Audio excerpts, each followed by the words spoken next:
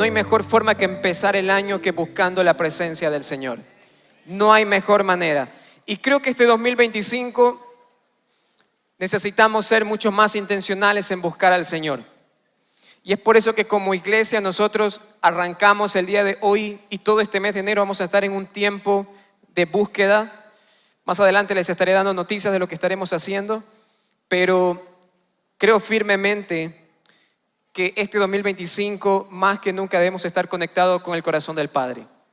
Necesitamos entender qué es lo que Dios quiere con nuestra vida, qué es lo que Dios quiere con su iglesia en medio de esta sociedad. Y por eso vamos a estar explorando en las próximas semanas algunas disciplinas espirituales. Y una de ellas que el día de hoy vamos a hablar es acerca de la oración.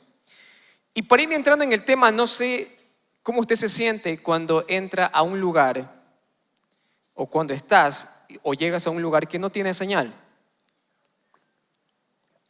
Y me gustaría el día de hoy, lanzo esta pregunta para todos aquellos que están en las redes sociales. Hoy voy a intentar hacer algo, voy a estar viendo sus comentarios. Vamos a ver cómo nos va. Pero no sé cómo usted se siente cuando entra a un lugar y tal vez dice, sí, sé cómo me siento por aquí en la iglesia, adentro no hay mucha señal.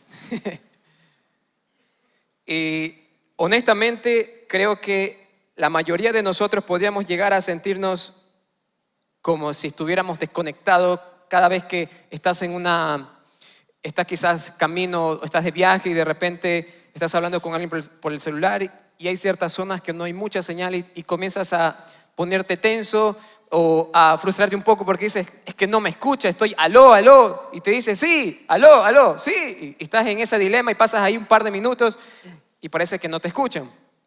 Entonces, y ni qué hablar si dijéramos que se trata un poco o qué sería nuestra vida sin internet. A veces conversaba con, quizás los adolescentes pueden un poco, si yo les digo a ellos, imagina tu vida sin internet, ellos no pueden imaginar su vida sin internet. De hecho, conversaba con alguien hace un tiempo atrás y le decía, quiero que entiendan que aunque ustedes nacieron con internet, hay generaciones antes que no había internet, o sea, el internet no era parte de nuestra vida. Entonces, pero a donde quiero ir con esto es que estar incomunicado se siente feo.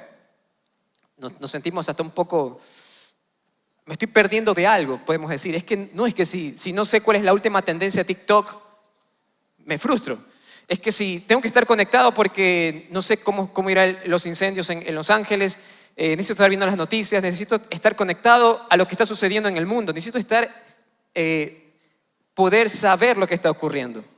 Y yo pregunto, como para reflexionar, ¿qué nos hace pensar que estar desconectado de Dios es bueno?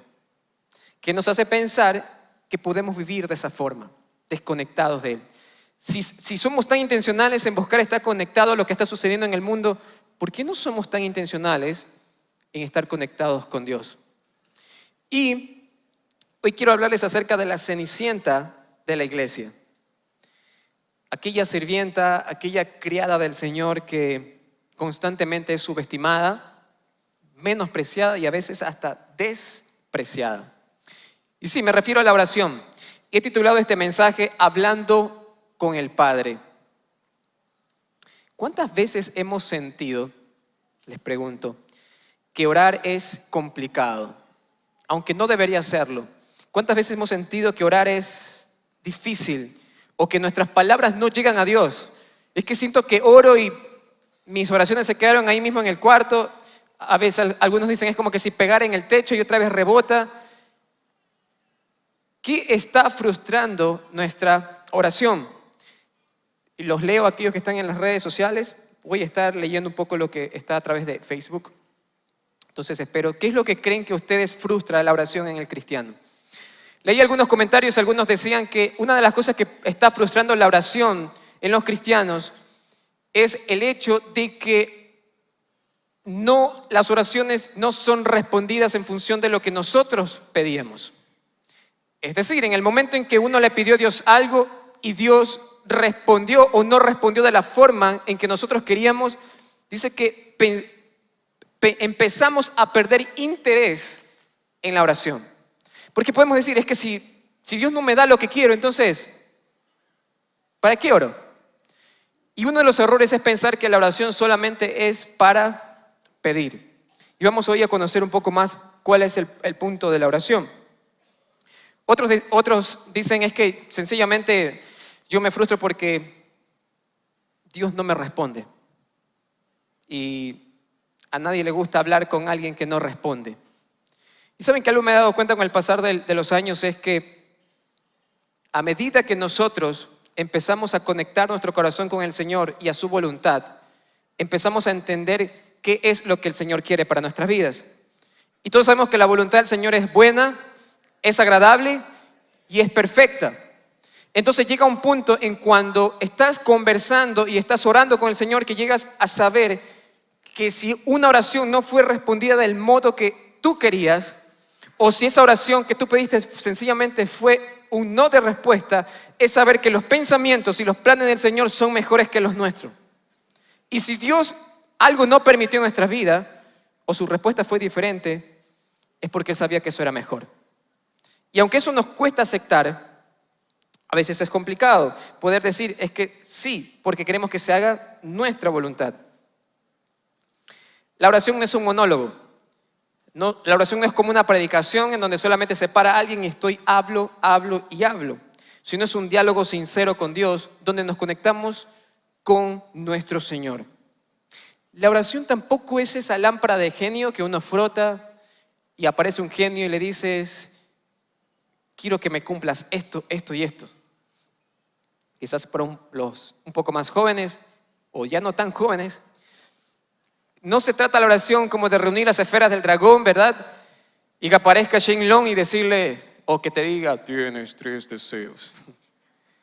Y uno en ese momento dice, bueno, sí, quiero esto, quiero el mejor, quiero que me compres un iPhone, quiero una computadora gamer, quiero un nuevo trabajo.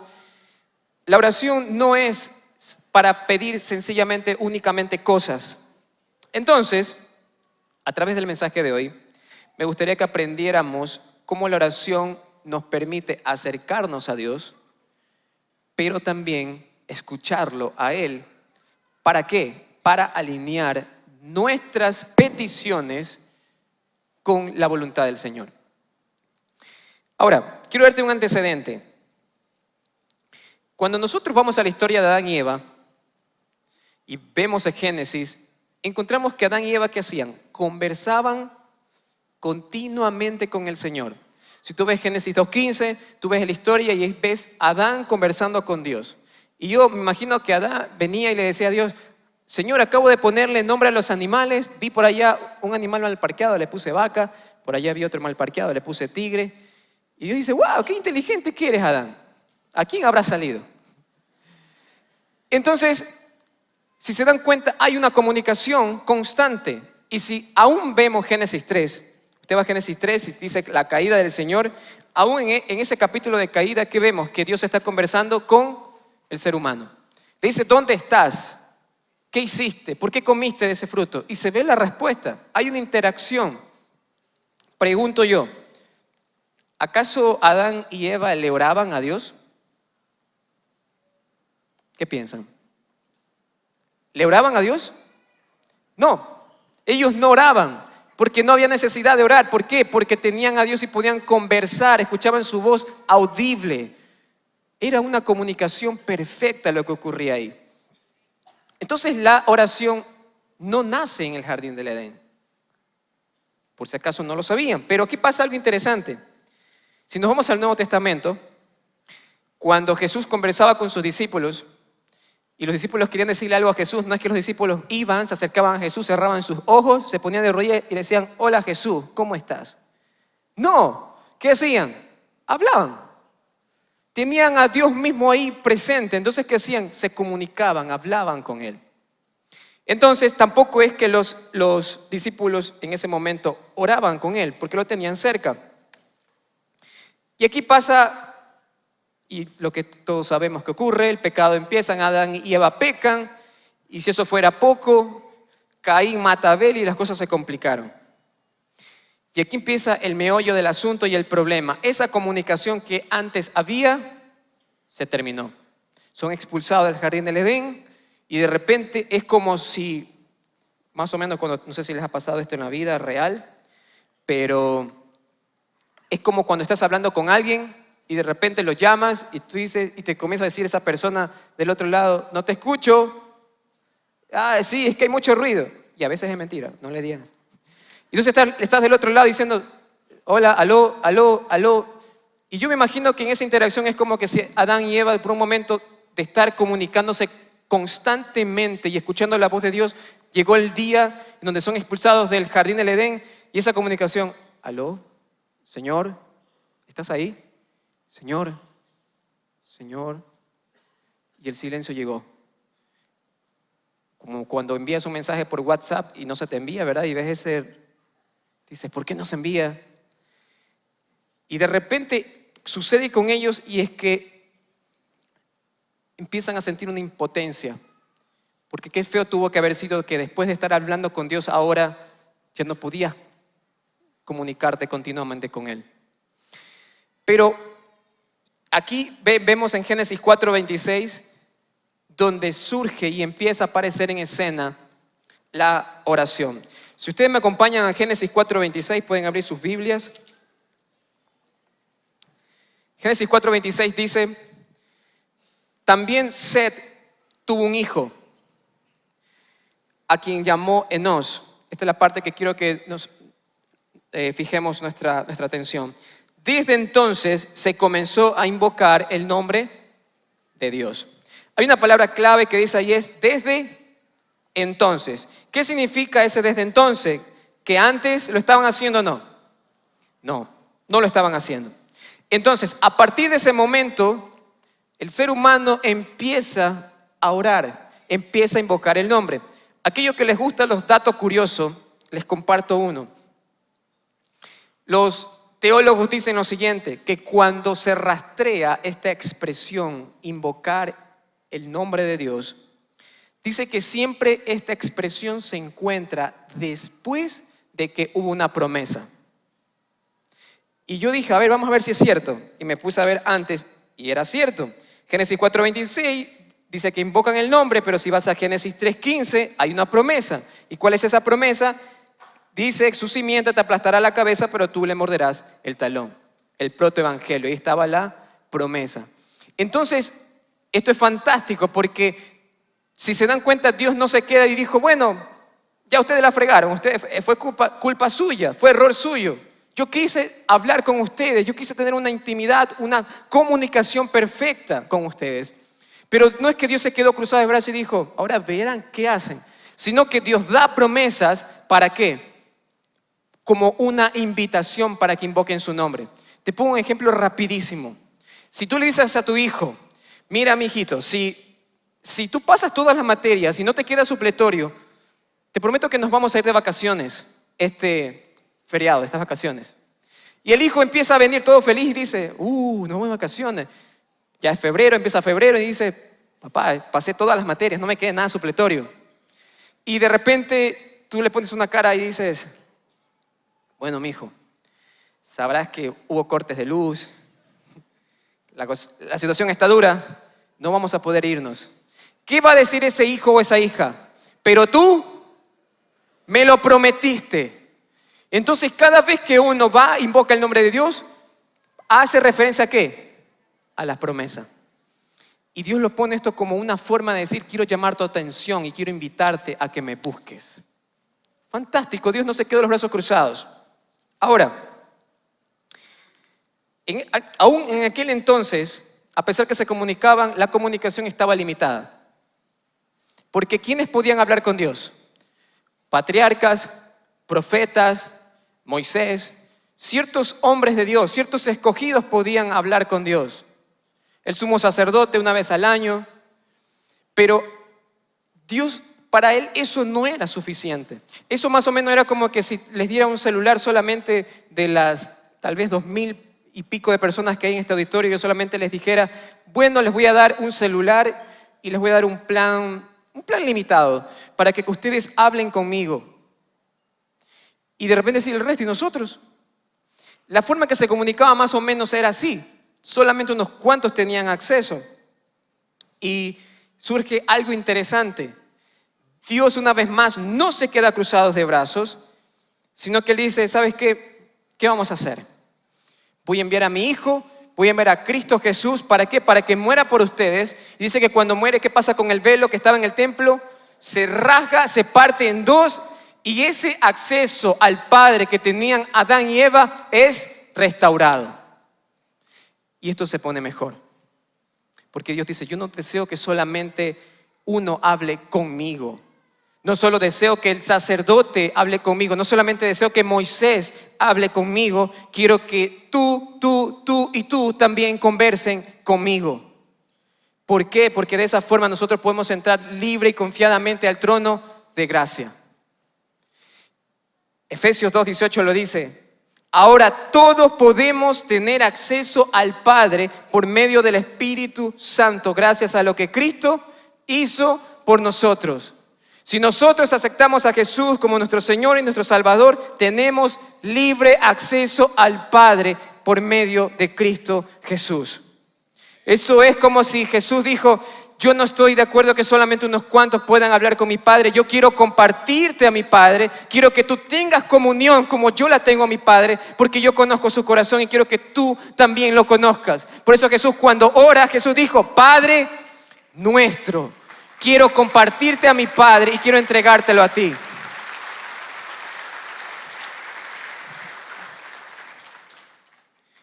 Tomando la misma ilustración que he hecho del celular, lo que hizo Jesús cuando murió y nos dio acceso a través de su sacrificio, es como si nos hubiese entregado celulares a cada uno de nosotros. Y dijo, ya no tienes plan limitado. En el Antiguo Testamento había un plan limitado. Tienes un plan ilimitado para que puedas hablar con el Padre todos los días de tu vida, en todo momento, y puedas clamar su nombre.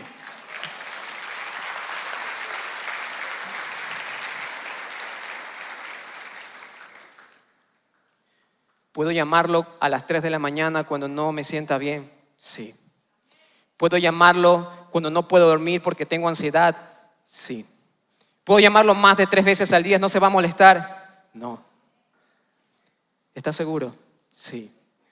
Porque tenemos un Padre que en todo tiempo está dispuesto a escucharnos.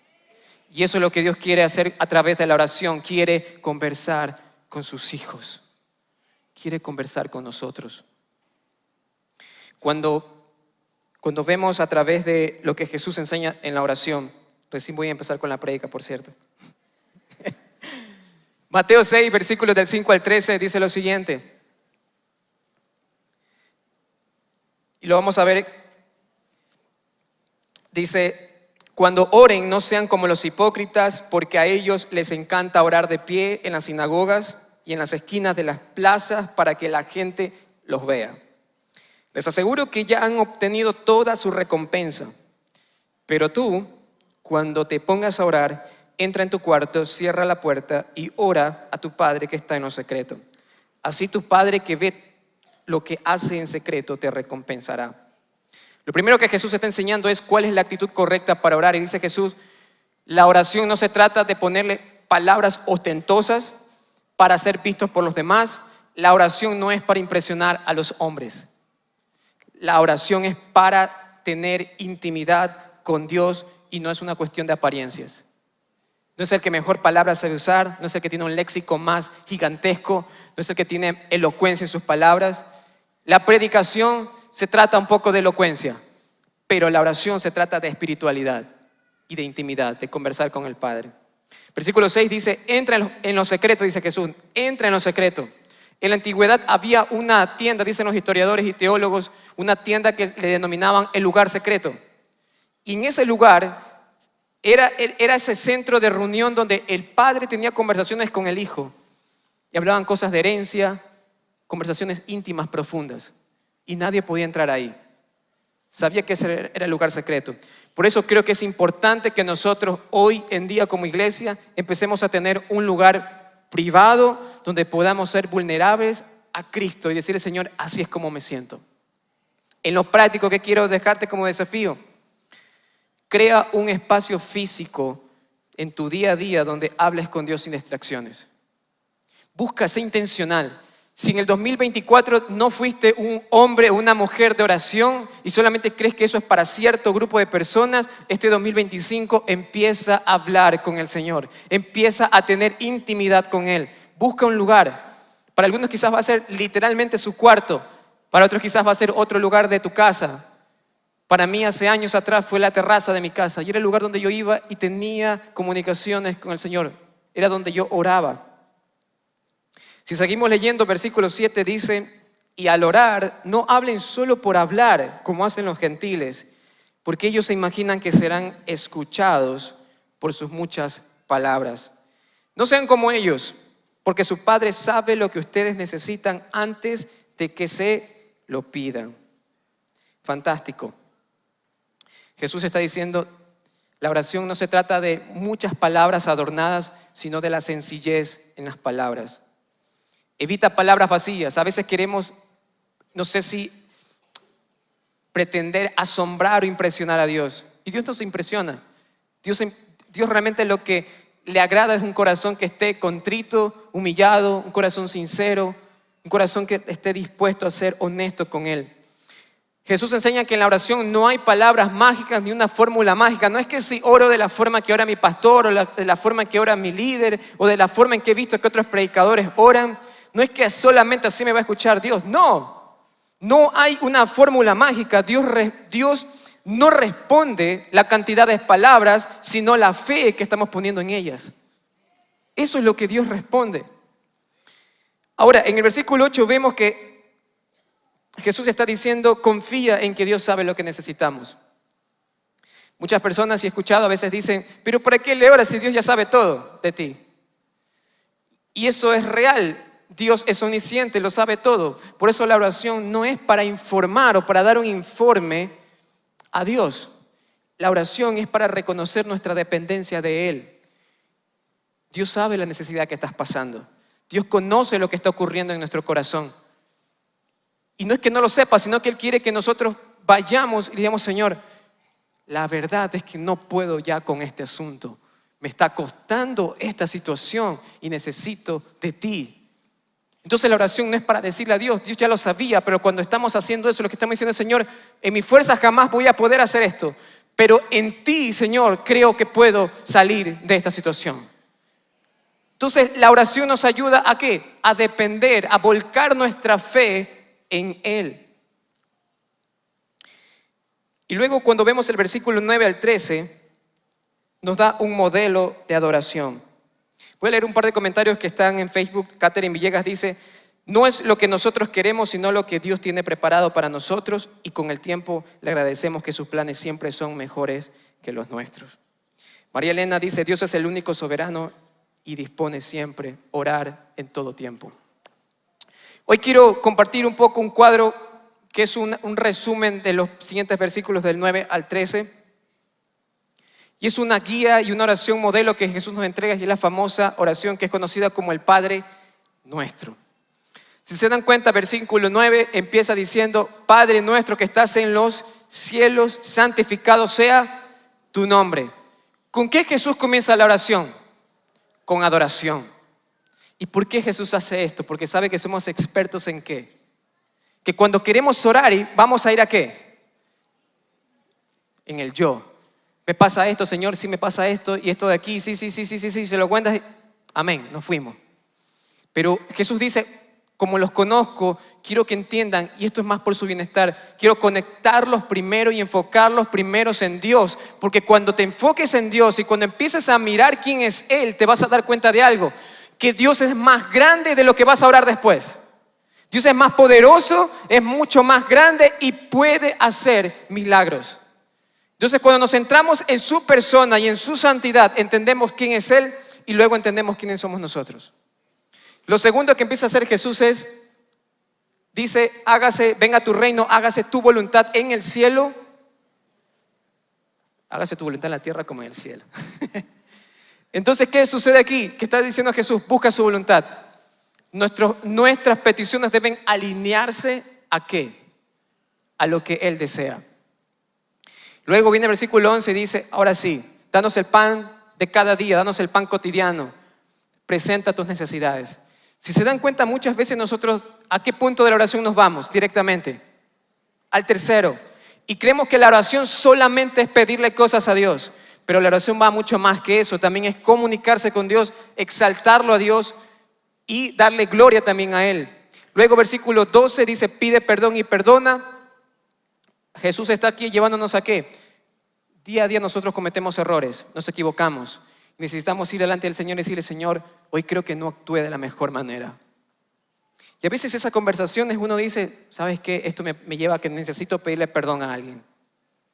Por eso está ese versículo 12. Y versículo 13, no nos dejes caer en tentación, sino líbranos del maligno.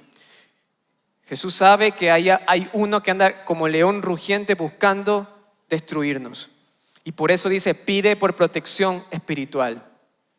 Necesitamos decirle al Señor, Señor, en mi fuerza jamás vamos a poder hacer esto. Necesito de tu protección espiritual. Y el último punto que quiero compartir con ustedes es, la oración transforma nuestra relación con Dios. Jesús sabía esto y constantemente estaba orando. ¿Por qué? Porque necesitaba estar conectado con el corazón del Padre. ¿Por qué? Porque necesita saber cómo es el corazón del Padre. Más adelante Jesús continúa hablando en el Sermón del Monte, habla de otros temas, pero en el capítulo 7, desde el versículo 7 al 11, vuelve a hablar de la oración. Y esta vez Jesús empieza el versículo 7 y dice, pidan y se les dará, busquen y encontrarán, al que llame se le abrirá. Y empieza a dar un ejemplo, dice, si un padre viene, ¿qué padre le va a dar a su hijo una piedra o serpiente si le pide alimento? ¿Qué padre haría eso? Y versículo 11, que es el clave de ese texto, dice, pues si ustedes, aun siendo malos, saben dar cosas buenas a sus hijos, ¿cuánto más su Padre que está en los cielos dará qué cosa? Cosas buenas a los que le pidan. Amén.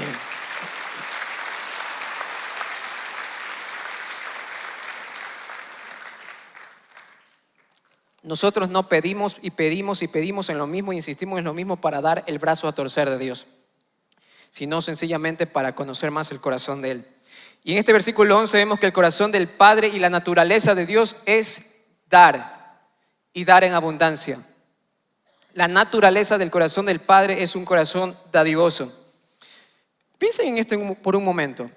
Si Dios te dio a su Hijo, ¿cómo crees que Dios va a retener algo bueno para ti? Dios lo dio todo con darte al Hijo. Cuando Jesús nos entregó a Cristo, nos dio todo. ¿Qué te hace pensar que ahora va a retener otras cosas en tu vida? Jesús, a través de todo lo que hemos visto en estos pasajes de Mateo 6 y 7, está tratando de ayudarnos a entender algo, y es, entonces, ¿cuál es la base para pedir? ¿Cuál es el fundamento de la oración? Y la base es el corazón bueno de nuestro Dios. La base de la oración es el corazón dadivoso de Dios. Por eso en Lucas capítulo 12, versículo 32 leemos este pasaje que me parece hermoso. Y empieza diciendo, no temas. No sé cuántos de los que están aquí hoy necesitan escuchar esta palabra del parte del Señor. No temas, no temas, no tengas miedo, no temas. Y luego dice, rebaño pequeño. Otra versión dice, mi rebaño pequeño, no temas mi rebaño pequeño. Está hablándonos con tanta ternura Jesús. Dice, porque el Padre de ustedes ha decidido darles el reino. Yo no sé si estás comprendiendo todo lo que está diciendo Dios aquí. No temas, y no está hablando de cosas terrenales. El Padre ha prometido darte mucho más que el reino de los hombres. Ha prometido darte mucho más que tus deseos o darte mucho más que tus pasiones. Él ha prometido darte el reino con todo, el Hijo y su reino, y lo que herede del Hijo también será tuyo, porque es la promesa. Es la promesa.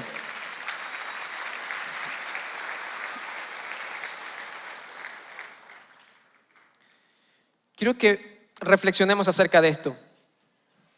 Si Dios te entregó a su Hijo en la cruz para salvarte y perdonar tus pecados cuando aún eras su enemigo, No lo digo yo, la Biblia lo dice, éramos enemigos de Dios.